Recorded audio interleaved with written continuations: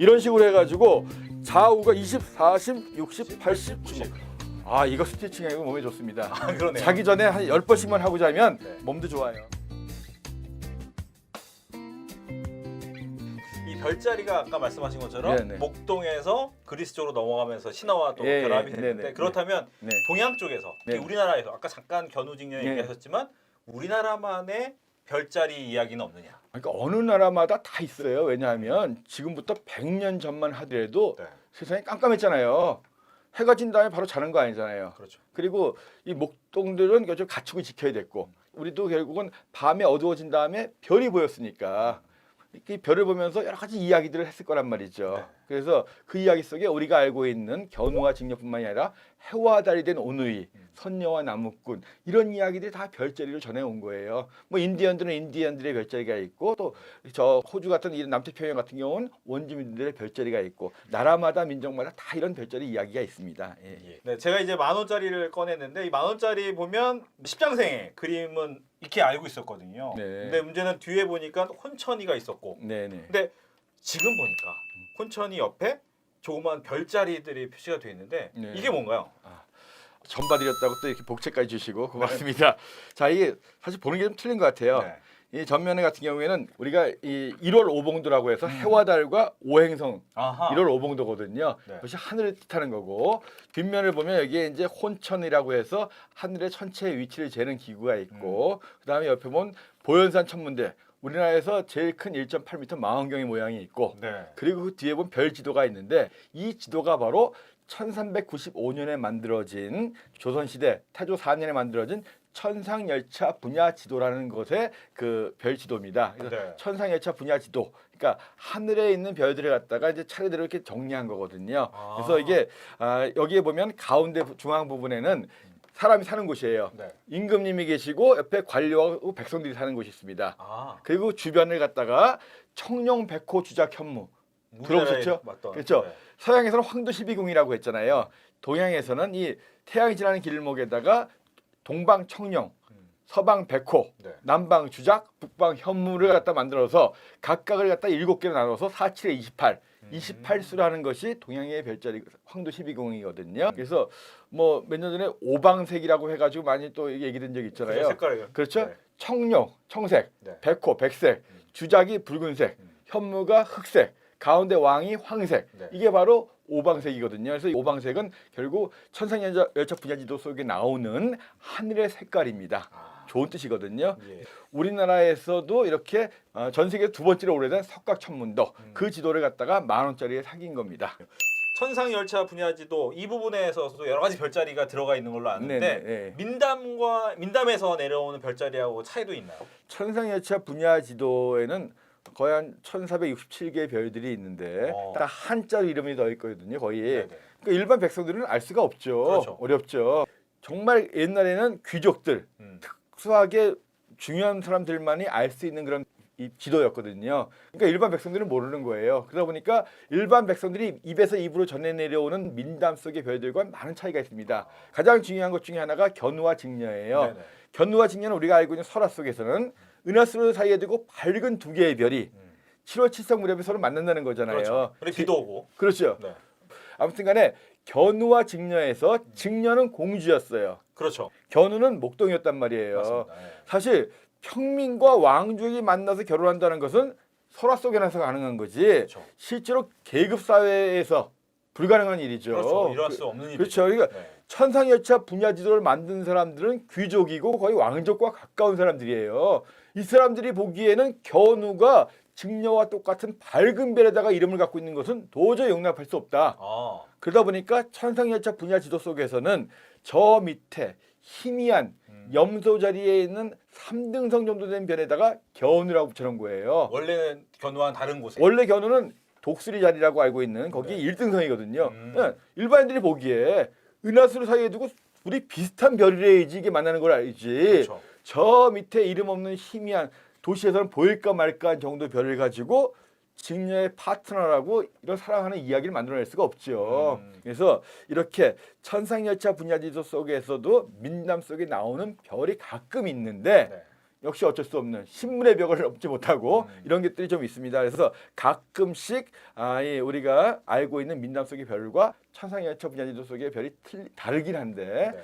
뭐 어떤 분들은 이것을 갖다가 뭐 우리 것이 아니다, 일본 거다라고 하는데 그건 잘못된 거예요. 두 개 다 우리 겁니다. 두 개 다 우리 건데 하나는 구전되어 오던 거고 네. 또 하나는 귀족들에 의해서 학자들에 의해서 정리돼서 온 거고 조금 다르긴 하지만 둘 다 우리 겁니다. 네. 예, 예. 이 천상 열차 분야 지도 보니까 1395년도에 만들어졌다라고 하는데 그렇다면 그 당시에 만들어진 별자리를 그대로 들어간 건가요? 어떤 건가요? 특히 천상열차 분야 지도가 원래 이 시작은 고구려 시대 때예요. 아, 그것은 고구려는 큰 나라였죠. 그렇죠. 대국이라고 하는 것은 하늘을 볼 줄 알아야 됩니다. 그래서 옛날 드라마 보면 큰 별지도 보면서 뭐 청관들이 막 네. 제사도 지내고 막 하잖아요. 길흉화복을 그렇죠, 보고, 그렇죠. 근데 그래서 실제로 고구려는 대국이었기 때문에 이 청관들이 있었고 이런 하늘 측정해 가지고 별 지도를 만드는 능력이 있었어요. 그래서 고구려 시대 때 석각된 천문도가 있었는데 예. 고구려가 나당연합군한테 멸망하면서 음. 이걸 뺏길 수가 없다 해가지고 고구려인들이 그걸 대동강물에다 버린 거예요. 아, 하늘의 예, 지도를 그렇죠. 네. 하늘 지도를 뺏길 수가 없다 해가지고 그래서 이 하늘 지도가 수백 년 이상을 갖다가 없었습니다. 네. 그래서 태조 이성계가 이제 건국을 했는데 그때 옛날 고구려 시대 때의 그 석각천문도의 탁본을 갖고 있었던 백성이 바치는 거예요.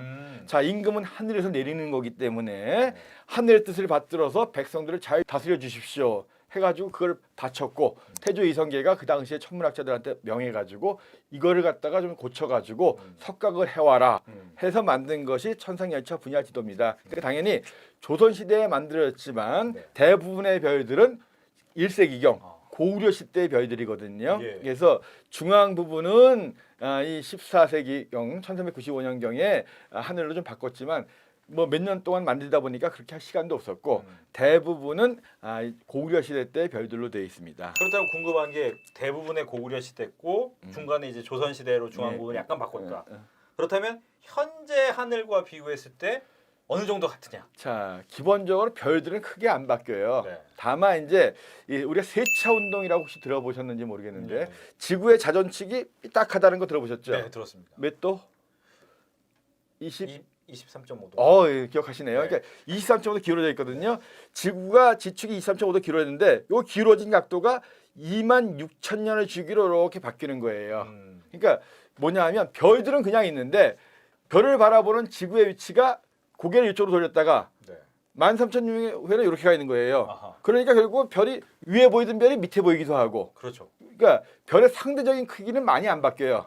최소한 별들의 수명은 뭐 수백만 년에서부터 몇 억 년, 수백억 년 이렇기 때문에 기본적으로 별들의 상대적인 위치는 안 바뀌지만 네. 보는 지구의 위치가 1,000년, 2,000년 되면서부터 고개가 삐딱삐딱하니까 상대적인 위치가 바뀌거든요. 그 정도 바뀌는 거거든요. 그래서 1세기경에 비하면 지금 한 2,000년 정도가 흘렀잖아요. 네. 그래서 위치가 조금씩 바뀌고 북극성이 그 당시의 북극성이 지금 북극성은 아닌데 북극성 주위에 위치하는 별들은 14세기경에 바꿨기 때문에 네. 큰 차이는 없을 거고 다만 황도 12궁 아까 청룡, 백호, 주작, 현무에 해당되는 별들은 2000년 정도 흘렀다 보니까 그 당시에는 조금 더 위에 보이던 별들이 밑에 보이는 것도 있고 또 밑에 보이던 별들이 위에 가는 것도 있고 왜냐 고개를 움직였으니까 이게 바뀌는 주기가 26,000년이니까 2,000년이면 그래도 꽤 많이 고개가 돌아갔거든요. 예, 그래서 13,000년 전에는 여름에 보이던 것이 지금 겨울에 보이고 네. 고개가 왔다 갔다 하니까 그런 게 좀 있습니다. 예. 네. 이 별이라는 것은 굉장히 신비로운 존재잖아요. 사람한테. 네네. 그래서 어쩌다가 여름 휴가를 가거나 네네. 갑자기 밤하늘을 올려봤을 때 별 보면서 네. 와 신비롭다 네. 뭐 이런 생각을 하는데 뭐 그건 일반인들이고 네네. 같은 혹시 이제 관장님 같은 경우에는 언제 이런 신비로움을 좀 느끼시는지. 사실 별을 볼 때 저는 바이블로 생각했던 책이 어린 왕자예요. 예, 왜냐하면 사막이 아름다운 것은 오아시스가 있기 때문인 그렇죠. 거고 네. 밤하늘이 아름다운 것은 같은 이유로 지구가 아름답기 때문입니다. 네. 그러니까 누구랑 같이 별을 봤냐에 따라서 또 느낌이 틀리잖아요. 좋은 사람과 같이 별을 보면 또 하늘이 굉장히 더 좋아 보이기도 하거든요. 뭐 먼 날 뭐 화성 가도 살고 달 가도 산다고 하죠. 화성이나 달에 가서 하늘을 보면 지구처럼 아름답게 보이진 않을 거예요. 공기가 지구보다 적기 때문에 별은 더 많이 보일 수는 있을 겁니다. 하지만 지구처럼 반짝반짝 빛나는 것도 없을 거고 우리가 주변이 여유가 있으면 또 하늘이 좀 더 예뻐 보이기도 하잖아요. 그래서 아름다운 지구, 저는 별을 통해서 와 정말 지구 좋은 곳이다.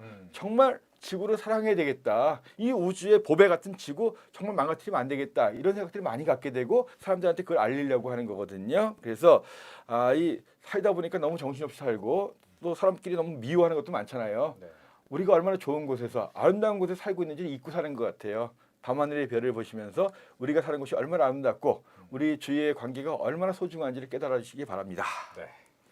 끝으로 한 가지 더 네. 질문드려야죠. 참 많이도 하시네. 근데 저 같은 네. 경우도 이제 무슨 유성이 떨어진다 할 때 네. 뭐 찾을 방법이 잘 없으니까 뭐 앱을 가지고 하늘을 보기도 하고 그랬거든요. 근데 네. 실제로는 그러다 보면 또 자연 속에서 네. 또 핸드폰을 킨다는 것 자체가 또 미안한 마음이 약간 들기도 해서 어떻게 하면 실제로 별자리를 좀 빠르게 네. 찾을 수 있을까? 방법이 좀 있을까요? 기본적으로 우리가 앱을 가지고 별자 찾는데 상당히 어려워요. 어려워요. 왜냐하면 하늘이 직접 와닿지가 않거든요. 그래서 제가 오늘 가르쳐드릴 수 있는 것 중에 하나는 뭐냐면 하늘과 친해지기 위한 별 체조를 하나 가르쳐드릴게요. 네. 이게 체조도 되면서 하늘의 각도를 재는 건데요. 자, 기본적으로 하늘이 자체가 네, 저 따라야겠네요. 지평선에서부터 머리 위까지가 각도가 90도죠. 90도. 네. 예. 그렇죠. 그다음에 좌우가 이렇게 하면 180도가 되죠. 180도, 네. 이 각도를 해서 대략 지평선에서부터 어느 정도 높이에 있는지를 알아야 돼요. 그리고 북두칠성을 찾는데도 북두칠성이 얼마나 큰지 감이 안 와요. 맞아요. 네. 그래서 이거 하늘 쫙 뻗었을 때 네.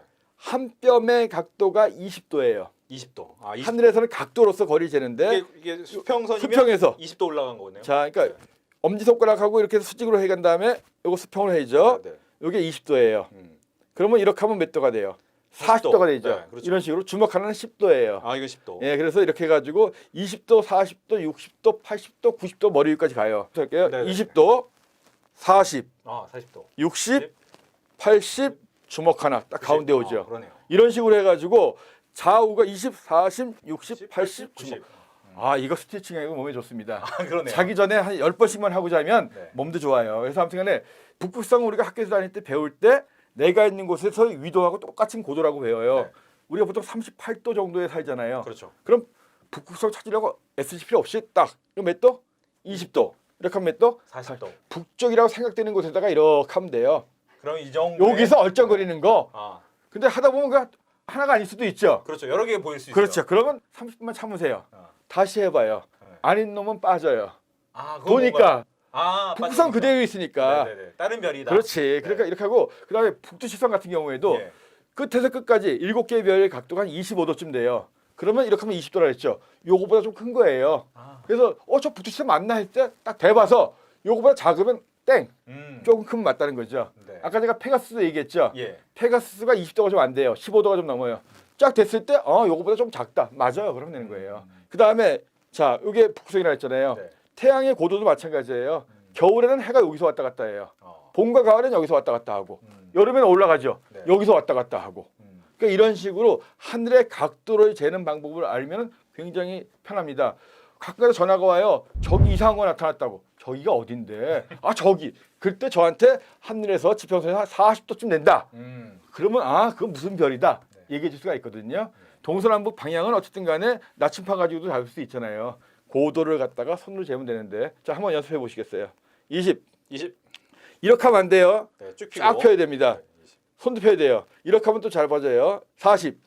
40. 그렇죠. 이렇게 해서 60, 안 보이네요, 화면에. 80, 90. 주먹 하나. 근데 이거 몸이 굳으면 안 돼요. 이거 좌우가 굉장히 어려워요. 40, 60, 80 주먹 하나. 네, 하늘의 각도를 재는 별체조입니다. 네, 이렇게 해서 별을 잊은 그대에게 별자리 이야기 그리고 별을 찾는 별체조까지 이태영 관장님과 함께했습니다. 오늘 수고하셨습니다. 고맙습니다. 네, 고맙습니다.